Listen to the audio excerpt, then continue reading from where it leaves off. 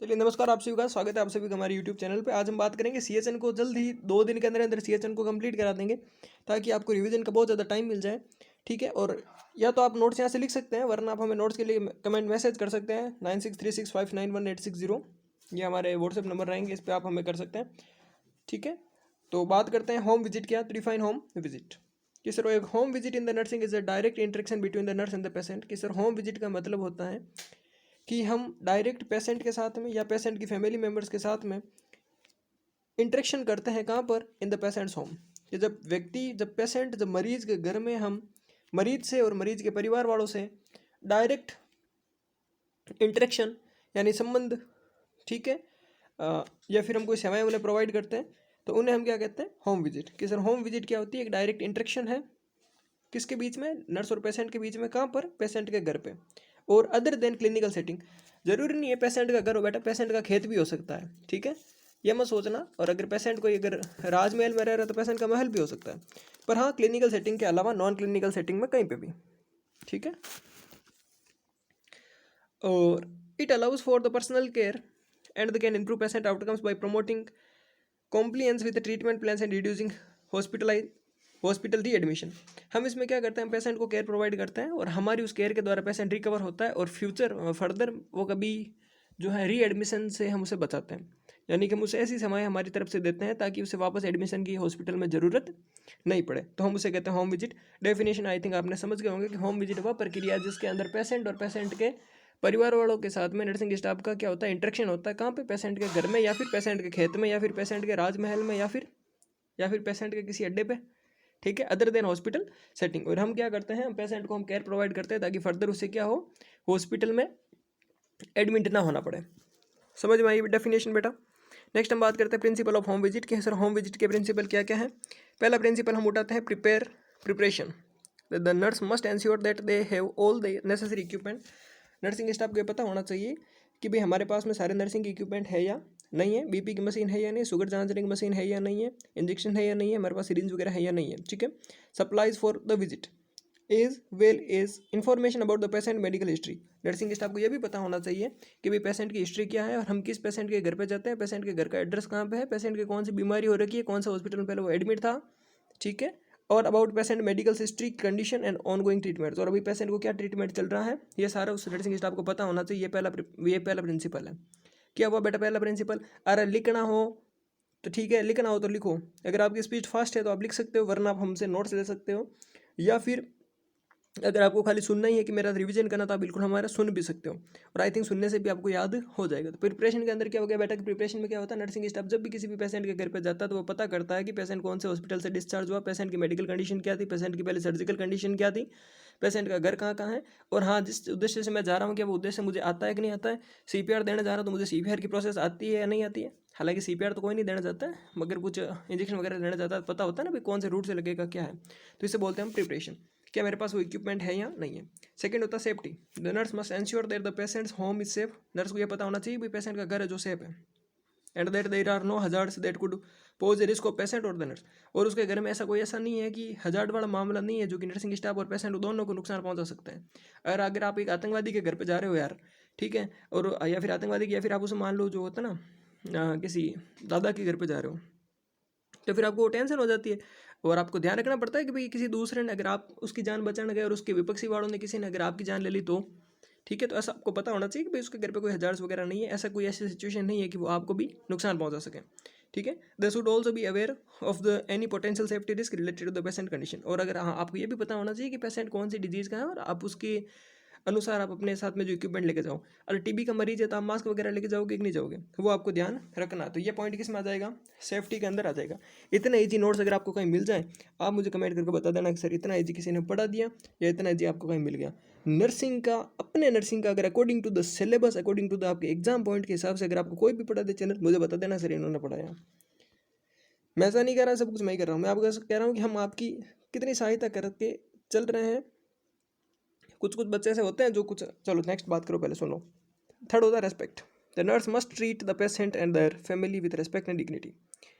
Nursing officer जो भी किसी के व्यक्ति के घर पर जा रहा है तो उन्हें पता होना चाहिए कि उसे बातचीत का लहजा किस प्रकार से हम बातचीत करते हैं। ठीक है, और पेशेंट के साथ, पेशेंट के घर वालों के साथ आदर से बात करना है, उनकी गरिमा को समझना है, ensuring that they feel comfortable and valued during the visit.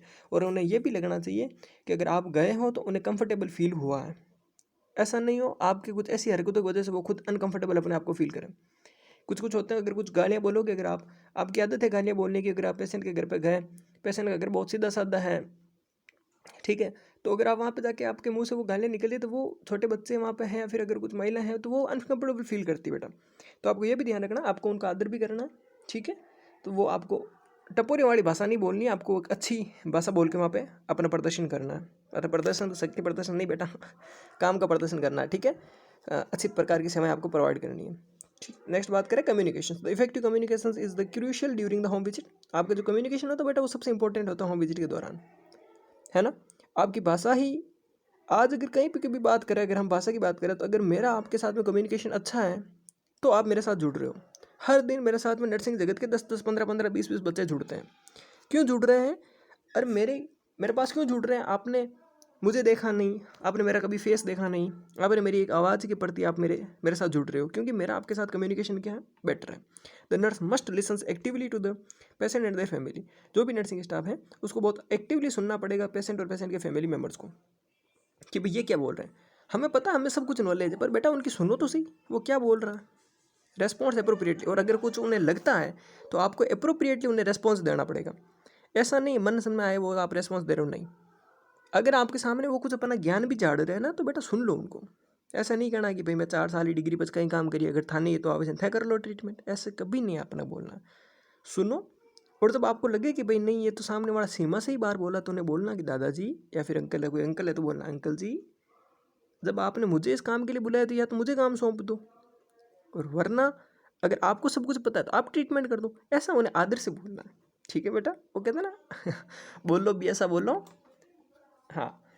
And provide clear instruction and explanation about the treatment और इंटरवेंशन। और आपको उन्हें पूरा बताना है कि भाई हम आपके साथ में, आपके पेशेंट के साथ में ये काम करेंगे, ये प्रोसीजर रहेगा, ये आपको सावधानियाँ बरतनी है, सब कुछ आपको अच्छे से एक्सप्लेन करना है, ठीक है। अगर ऐसा कुछ नहीं, अगर आपको कैथेटर डालना मान लो किसी पेशेंट के, तो अगर आप ऐसे नहीं है कि सबके सामने उड़ धड़ांगी शुरू हो गए, अरे ला ला ला भाई मेरे को लेट हो रहा है, जल्दी कर जल्दी कर, निकाल कैथेटर निकाल, अरे भाई उसको प्राइवेसी तो दे, सबके सामने क्या, है ना। तो कहने का मतलब समझ गए आप मेरी। उससे पहले बताना है भाई तुम्हारे साथ ये होगा, वरना ये नहीं हो कि गए थे हरिभजन को लौटने लगे कपास, जूते खा के आ जाओ भाई। नेक्स्ट होता है बेटा cultural competence. The nurse must be culturally competent and sensitive to the patient's cultural background and belief.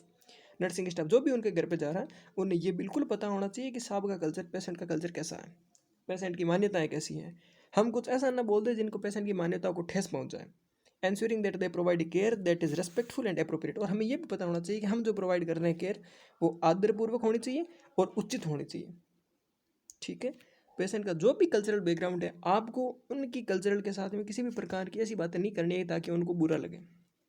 हमारे पास ऐसा कोई भी अधिकार नहीं है। हमेशा मैं वापस बोल रहा हूँ, अगर चाहे हिंदू है, चाहे मुस्लिम है, चाहे सिख है, चाहे ईसाई है, ज़रूरी नहीं है कि आप हिंदू हो और वो अगर किसी अन्य कास्ट का है तो आप, या अन्य किसी धर्म का, तो आप उसके साथ गलत व्यवहार करो, बिल्कुल नहीं।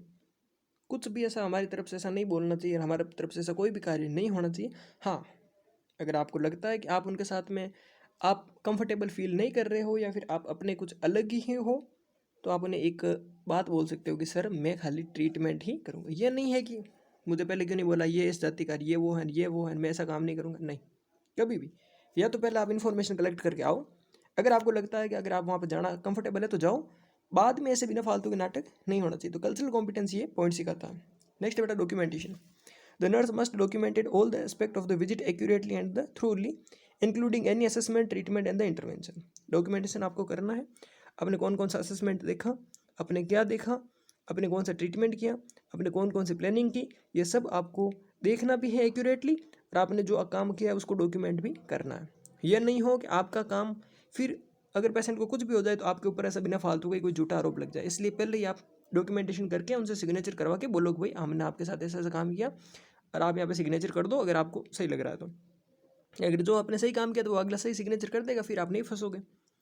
वरना बेटा आप वहाँ पे केयर देने जाओगे, अगर उनके परिवार वालों ने, किसी ने उनके साथ में उन्हें ना चाहा, कुछ ऐसा कुछ खिला दिया पिला दिया, फिर आपके ऊपर नाम आ गया, तो बेटा फिर फंस जाते हैं।